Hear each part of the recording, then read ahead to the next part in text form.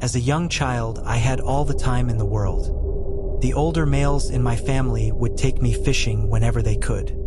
It was almost like a family tradition. As the youngest, it was assumed that I would be the next in line to gain as much knowledge as every other member. Fishing was a significant part of our lives. My father and his brother, Matthew, were the most dedicated fishermen in our family. Our home was decorated with fishing gear, similar to the ones you've probably seen on fishing shows. I won't go into detail, but if you stepped into our house, it would be immediately clear that my parents spent more time at sea than on land. But this isn't my story, it's my father's. He is an incredibly intimidating man. However, let me explain. Every time he tells this story, it's as if he hates reliving it. He rarely talks about it, but on special family gatherings or memorable occasions, one of my relatives will urge him to share it. And he does. My father, John, went fishing with my Uncle Matthew and their close friends, Monty, Rich, and Jeff. They set out before dawn, damaging the horizon slightly on their way to a secluded fishing spot. They all agreed that the location was perfect, an isolated cove, a few hours' sail from the nearest marina, known for its abundant bass and occasional pike. The day started like any other fishing trip. As their boat cut through the mist rising from the lake, they shared jokes and stories over the hum of the motor.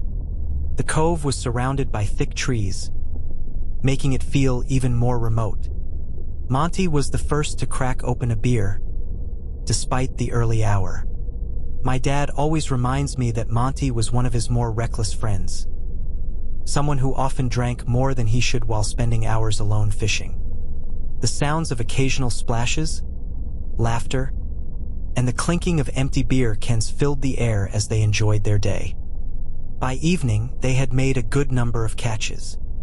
As the sun began to set, a thick fog rolled in from the sea.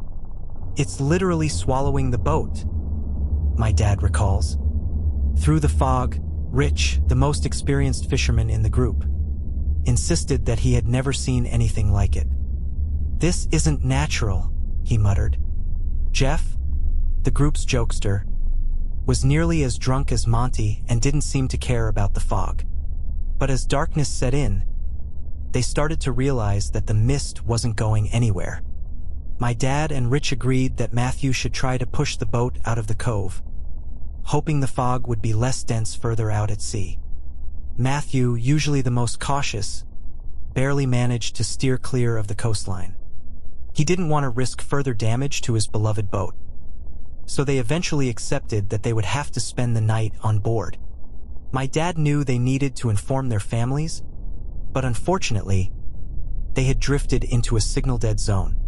He had work obligations, so ignoring the situation wasn't an option. Rich and Jeff decided to go with him to search for a signal on land, while Matthew stayed behind to guard the boat. Monty, now heavily intoxicated, remained on board as well. The three men waded to shore, getting a little wet in the process. My dad made sure to bring emergency flares in case they got lost and needed Matthew to find them. Then, they disappeared into the dark woods, their path illuminated only by their phone lights. My father always describes the forest as eerily dark, where you could almost feel the mist clinging to your skin. As they walked, an unsettling sound broke the silence. A series of strange clicking noises. At first, it seemed to come from ahead of them. Then suddenly, it surrounded them.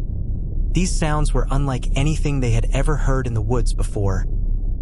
Erratic yet deliberate, as if someone was tapping out a secret code. The realization hit them like a freight train. They were not alone. Rich, the most experienced in outdoor survival, whispered urgently, "Turn off the lights. Now." There was genuine fear in his voice.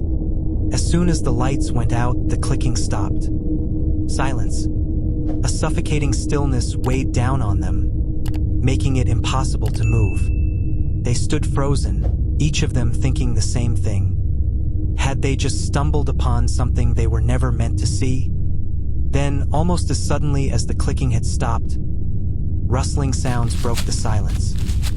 This time, much closer. Then, a guttural screech tore through the trees. It was an ancient, agonizing sound, paralyzing them where they stood. Heavy footsteps followed, crashing through the undergrowth, heading straight for them. They ran, acting purely on instinct and terror. My father fired a flare behind them. For a brief moment, the forest was illuminated in a red glow. And then they saw them. More than 10 figures stood in the light, dressed in what appeared to be traditional tribal clothing. Some held wooden spears. And just as quickly as the flare had brightened the scene, the darkness swallowed them once more. Jeff nearly screamed, but Rich grabbed his arm, stopping him. My father describes this as the purest fear he has ever known. The forest itself seemed to resist their escape. Branches snagged their clothing, roots threatened to trip them. But somehow, miraculously, they broke free, stumbling onto the shoreline, gasping for breath. "Start the engine, Matthew. Now!" There was no time for explanations. Matthew obeyed immediately. The boat lurched forward just as their pursuers reached the shore. In the chaos, my dad fired one last flare, desperate to see them clearly. As it soared into the night sky, the red light revealed their figures once more. 15 of them, standing motionless at the water's edge. And then, darkness swallowed them again. Matthew sped the boat far from shore, only stopping once they were safely away. The only sounds left were their ragged breaths. No one spoke for a long time. They took turns keeping watch throughout the night, unable to sleep. By morning, the fog had lifted.